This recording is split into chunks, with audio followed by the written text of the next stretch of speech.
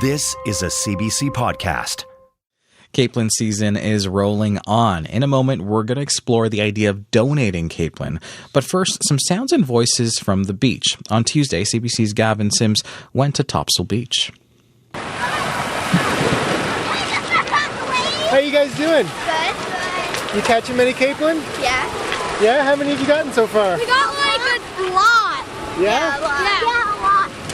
Here, Greg, give me your net. Give me some net. Is this your guys' first time catching capelin? Yeah. We went yesterday. Oh yeah? We went yesterday and caught a lot. Yeah. My two girls flick them back.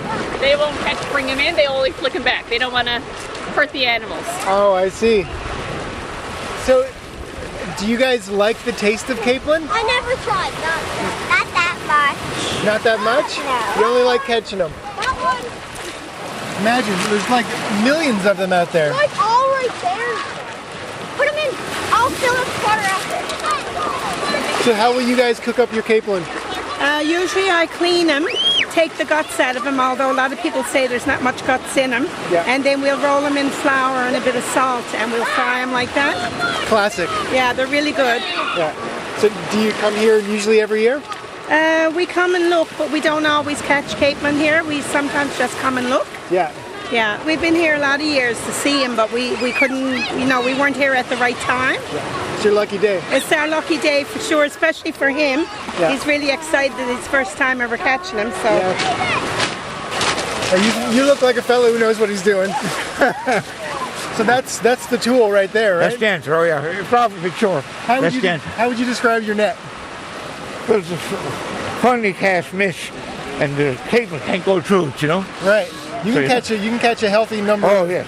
2 flicks, and that bucket is full. So you won't be here long then? Oh no, I just see if he wants a few more capelin. Yeah. I'll get him a few. How long have you been a fan of capelin? Oh God. 50 years, I suppose, or more. Yeah? Since I was a youngster, yeah. And are they still rolling in the same numbers as you've always seen?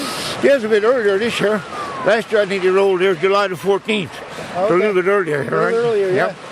Yeah, there's a lot off there, hey? Oh, plenty, lots. So what do you do with your capelin when you bring them home? I have so many meals of fresh, then I corn them and dry them in the sun. Okay. Corn capelin, dry them in the sun for a couple of days. They're good forever. Yeah, how long? Delicious. So just a couple days out in the sun? Yeah, 2.5 days. Yeah. And pickle them, perfect. And then you toss them in the freezer, I guess. Exactly. You want to show me how it's done? I'll give you a flick.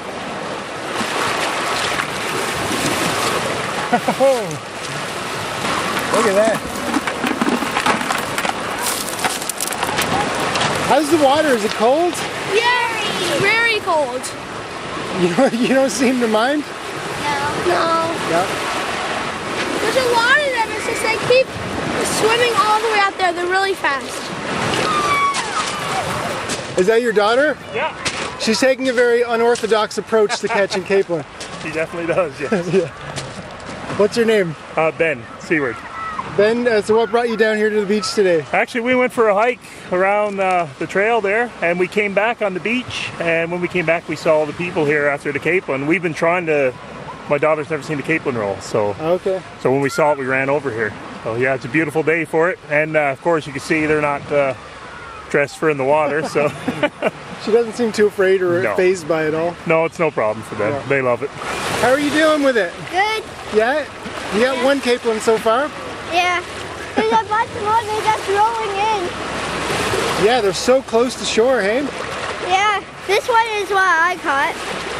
So they're coming in for mating season, but I only caught like a few. Yeah. So what are you going to do with that one? I'm going to let go in a few minutes because for other people to see. All right, well, good luck. Okay, bye. Bye. Wow, that does sound like a lot of fun out in CBS with the capelin rolling on Tuesday. Now, as you heard there, it's easy to end up with more capelin in your buckets than you know what to do with. And a nonprofit called Sharing the Harvest NL is now encouraging the donation of capelin to food banks and senior citizens. You might remember this group from last fall. They were in the news after they successfully lobbied the government to allow moose and caribou meat donations to food banks. Now, Barry Fordham is a member of Sharing the Harvest NL, and he's on the line now to tell us more. Good morning. Good morning. Thank you for the opportunity. No, thanks for joining us. What steps are you recommending for anyone interested in donating capelin? Yes, well, we're looking at the food banks, and hopefully they'll take some. So first thing I guess that people should do is contact the food bank first to see if they'll accept them. But maybe some won't. For myself, when I bring them home, I have a cast net myself. I used to go down to Middle Cove Beach. I'd cast the net out, and whatever kids are on the beach, I'd let them haul the catch in. When I'd bring them home, I'd put them in a sink to wash them. I didn't clean them. I'd put them in a strainer to strain them off, and I put a baker's dozen, 13 capelin into one Ziploc sandwich bag, and then freeze them. When they're frozen, then they're acceptable to be able to bring and give to whomever you want. And we're not only limiting this to the food banks, we're also saying to people that if you bring some home, take some and give some to the food banks. If you don't want to donate to the food banks, think about some senior citizens in your life.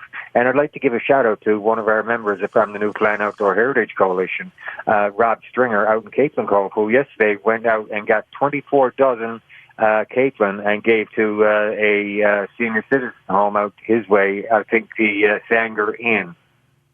Why is it important to include senior citizens in this giving? Because senior citizens grew up with all this kind of food when they were back in the day, if we say that, and now through whatever means and no fault of their own, they may not have the means or may not have the health and strength to be able to go down to the beach to do so. And I guarantee you, if you give something like that, an outdoor meal to a senior citizen, more than likely, I would say 9 times out of 10 chances their face would light up with being pleased with that account. Mm-hmm.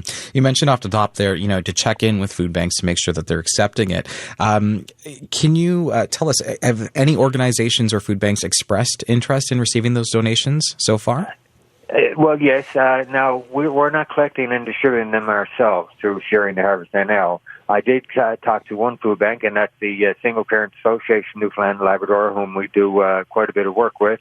And they said that they would gratefully accept any donations of capelin. And I'm also thinking about First Light, which is on Water Street West, and Bridges to Hope. So there's all kinds of food banks around. All it takes is just pick up the phone and call them and just see if they would be willing to accept. And if they are, there you go. Mm-hmm. Or as well, you can go to senior citizens' home, and that will be the ones with independent living only, I would assume, because everything else then is assisted living, and they have their meals prepared for them. Right. So you mentioned, or I understand, Salvation Army was one of the places that you got to donate it to. What was the reaction when you had sent out some capelin out to them? Well, I've been donating capelin now on my own for 4 out of the past 5 years, and the food bank clientele may not have the means necessary to get down to Middle Cove Beach, for example, or may not have the skills maybe to get them, or et cetera, et cetera. When I brought them down, I mean, people were just so thankful. And, the common thing that they would say is, oh, my God, I haven't had those since I was a kid growing up, and I loved them. What an opportunity, et cetera, et cetera. I'm not building it up for a pat on the back, you see. I'm just telling you what they say. Why is it important to you to collect all this extra capelin and donate it? Well, one is, I guess, the food insecurity issue that we have here in Newfoundland and Labrador with all of this free food just at our fingertips. And, if I may take a second, we're expanding this now into the codfish for the food fishery and into blueberry season, and also fresh products and produce and vegetables from the farmers, hopefully, come in August month, and then back to moose and caribou. So it's a project near and dear to my heart. I spent so much time trying to get it on the go. And it can do nothing but good and give people, a healthy protein-rich meal. And this is food that most all Newfoundlanders and Labradorians grew up with. And, through no fault of their own, they may not be able to procure it. And, it's to give somebody a beef steak or give somebody a moose steak, there's a totally different reaction there when they receive that. Mm-hmm.